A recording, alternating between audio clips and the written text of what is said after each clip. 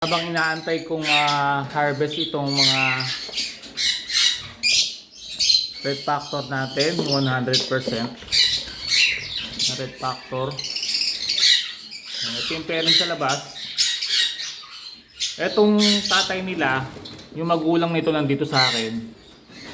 Yan, siya yung producer natin ng 100% na red factor. Ngayon, yung parent nito, may anak, 3. Nakita ko meron ding isang visual ulit. After years, no? Alam ko, isang taon na yan eh. Saka lang ulit na sundan. Tingnan natin. Ito yung original na parent niyan eh.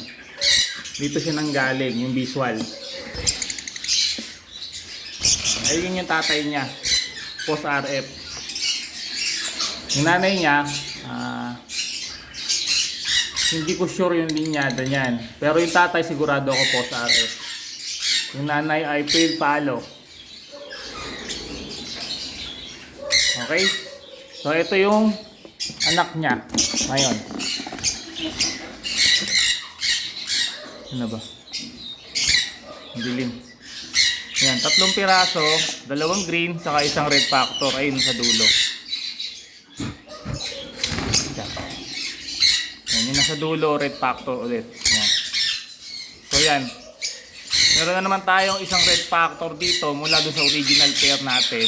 Yung naglabas ng unang red factor. So kapatid ko ng tatay ng 100% producer natin. Yan. Sa mga kahabi natin nagtatanong, ba't hindi pa tayo mag-out ng red factor?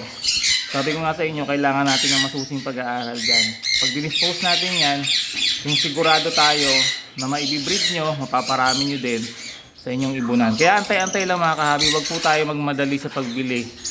Meron tayong isang kahabi na nag-comment sa akin, nag-PM, yung nabili siya. Yung nabili niya, binenta pa sa kanya, bulag na. Binenta pa.